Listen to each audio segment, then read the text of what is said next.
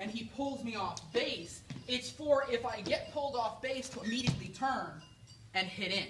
So if I go to punch him and he pulls me off from here, if I get turned, it's for me to immediately try to come in from here. Again, I punch, he pulls me off, immediately turn, and basically fire in, just for me to come off. So when I'm here, boom, if I can get that leg from the angle, then it's a go. Because I have more distance from here.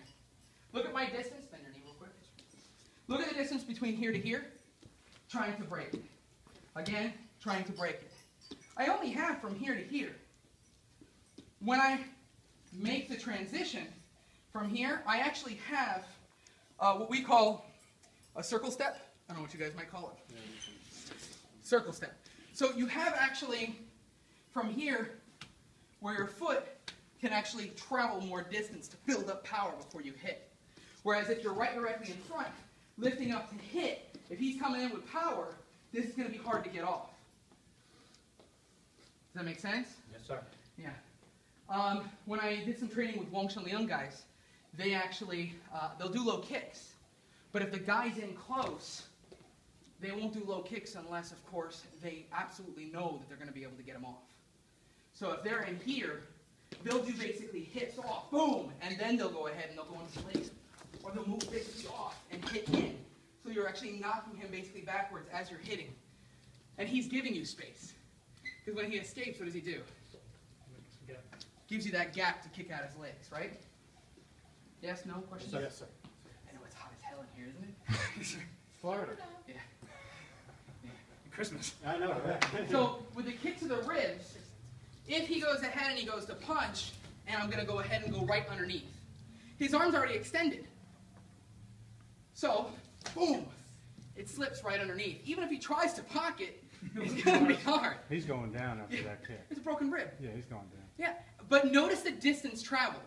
You have to give yourself at least a little bit more room. Now, it's not to say that if you went ahead and you trained, like I was talking to you, if you have basically a sandbag in front, and I'm here, and I go to hit down into his ribs, it's not to say that I couldn't go ahead and break his ribs.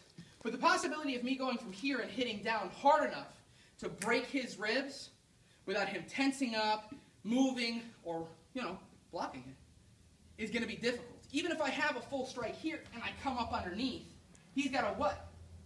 He's got a full punch. Yeah, he's got the punch. Yeah. So doing those short-range hits, you've got to practice for.